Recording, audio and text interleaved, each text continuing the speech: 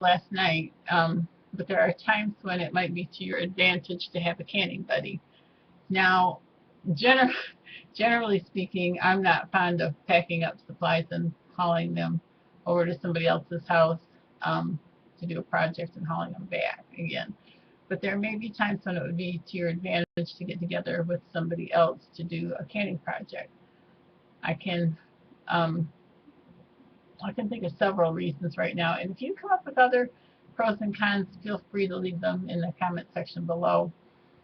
One of the things that I was thinking about specifically was if you're going to can something that requires ingredients that you don't have on hand, and B, use on a regular basis. So it's something that might sit on your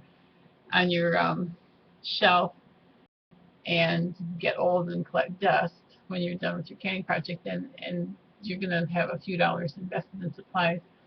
One of those items for me would probably be pickles, um, pickling spices, and I'm trying to think what goes in.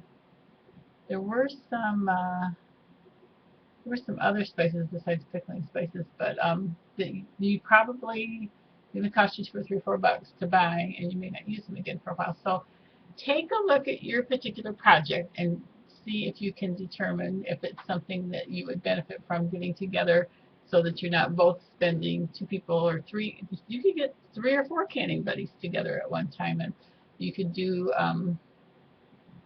I like to do pickled beets. I haven't done them in years, but I like to do pickled beets because they go so quick. The beet skins just slip. You just boil them a few minutes. You wash them, leave a little bit of stem on, boil them a few minutes, plunge them in cold water. The skins just slip right off. Slice them right into the jar. Throw your vinegar, water, and spices in there. Water bath them, and you're done. You didn't ask for that information anyway. Anyway, that would be one to me that would be fun to do as a group. You could just tear right through bushels of beets, and you have one kitchen to clean up when you get done. So you have one set of spices, um, 1 gallon or whatever of vinegar, so you don't have vinegar sitting around all over. Um, you have you have Let's talk about the canning pots. I'm not sure I can. Starting to get tired. I'm not sure I can have this make sense in my head, but I guess you could actually get 4 canning pots on a stove, and there are some nicer stoves that have more than 4 burners. So technically speaking, you could probably get more than 4 canning pots on a stove at one time. If um, if air conditioning is an issue, then you're not heating up 4 kitchens. You can take a fan, face it outward so that it pulls the air out of the room and sucks some of the heat out of the kitchen. Um, there are other canning projects that don't require things like peeling and chopping and washing and peeling and chopping and scalding and skinning or what have you. Once you've got the ingredients out, you may as well do a bunch. And what I used to do with bean soup and chili. I think what else? Cabbage soup has to be chopped, so that's not one of them. Bean soup and chili specifically. I would always try to do 21 quarts, and I take my big canning pot that holds 19 quarts, and put the meat, and the beans, and the tomatoes, and everything in there, and stir it up, and bring it up to temperature, make it hot, almost boiling, and then I leave about maybe yay much space in the top of the jars so that by the time I distributed my 19 quarts worth of product into 21 jars, which would be 3 canner loads for me, um, then I just would add water so it wasn't quite so concentrated and get my. I wanted 21 jars. If I was going to make the mess and do the work, I wanted 21 jars of whatever it was. So if it's something that you just put in more beans, more like the bean soup, more beans, more celery, more onions, more carrots, you got your blender out or your food processor or whatever. So it's not taking any more work, really hardly any more work to throw a few extra carrots and onions and celery and maybe green peppers, and I think what else goes in there, into your blender and throw that all in your pot and bring it up to temperature. And you may as well do, if you're gonna take everything out and make all the effort, you may as well do at least 21 quarts. And so then if you have 2 people, and it would make quite a mess in the kitchen, but you could, you know, have one messy kitchen, do all that was required for 21 quarts, repeat the same process, do everything that was required for another 21 quarts. Then Lady A and Lady B could clean the kitchen. If they wanted to, they could put their first canner loads on the stove. And then Lady B, sorry, Lady B could take her jars home in a sturdy container and get her 2 canning pots going on her stove while she's cooking dinner, unloading dishes, running laundry, whatever, then you're dovetailing your effort. So it just all depends on what it is. I didn't bring that in here. I'm going to make another video in a minute. I'm sure you've all seen one of the crank things that peels potatoes and apples, and I never used it. It's in the box. Okay, now going without a screen and getting it to a certain point, and then it tells me there's something wrong, but if you just keep talking, it will still work. I'm not one that gives up easily. So if you were going to do, like, I suppose you do potato soup, I've never done that, or you're going to do apple pie filling or applesauce, then you could use one of these crank things and have it all set up. You may as well keep going. Once you got the equipment out, everything's hooked up, you may as well keep going. I use the same process to a point with baking.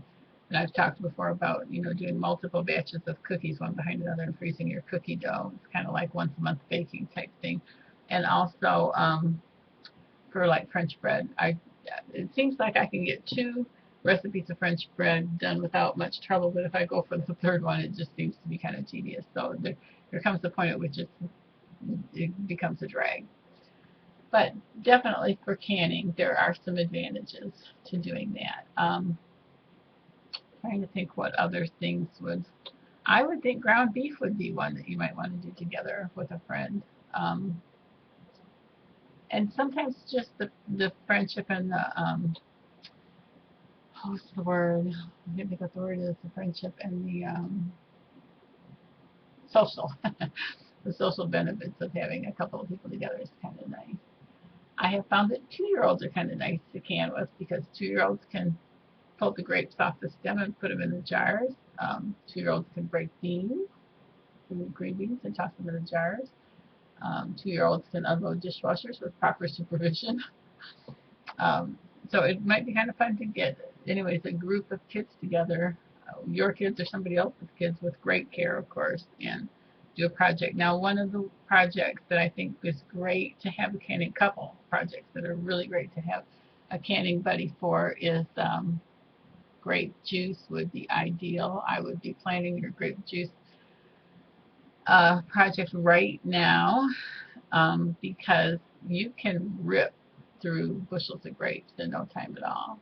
A couple different ways to do them. You can use the steam canner, water bath canner, just put them in the jars with sugar and water, or sugar water already dissolved, syrup, light syrup, medium syrup, whatever you want to use.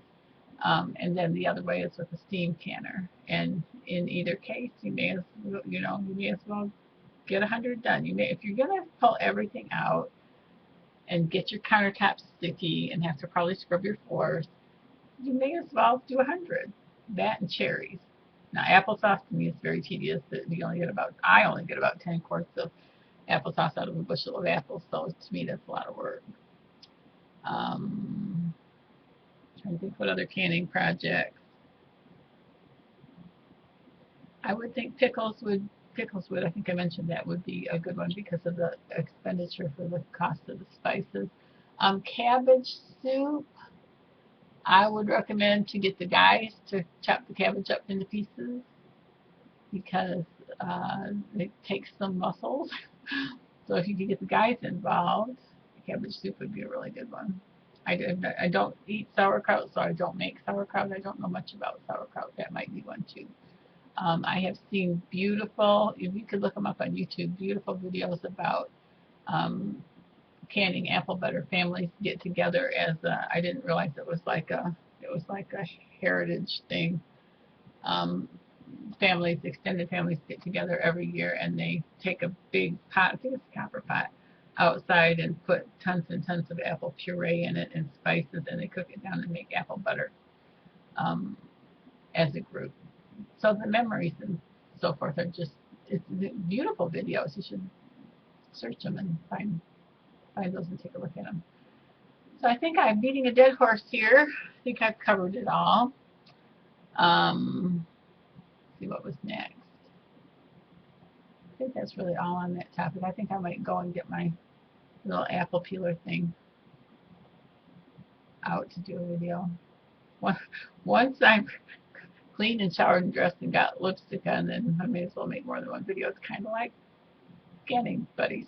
As long as you're all put together, you got things rocking, you may as well do more than one. I've been known to do 10 in one day. It's not always been a good experience. So think about what you can do to plan your canning projects. It could be kind of fun on a Saturday to get 2 or 3 families together, and if you can get a hold of some grapes and you can get 2 or 3 families together, there's really no reason why you can't get 3 or 4 canning pots rocking on the stove at one time. Keep the jars keep the jars being filled and processed continually. There's no reason why you can't do 100. God bless your efforts to prepare. Make sure to check it twice so you can eat more than just beans and just rice. Hey, you ready to rock? Yeah, okay. Okay.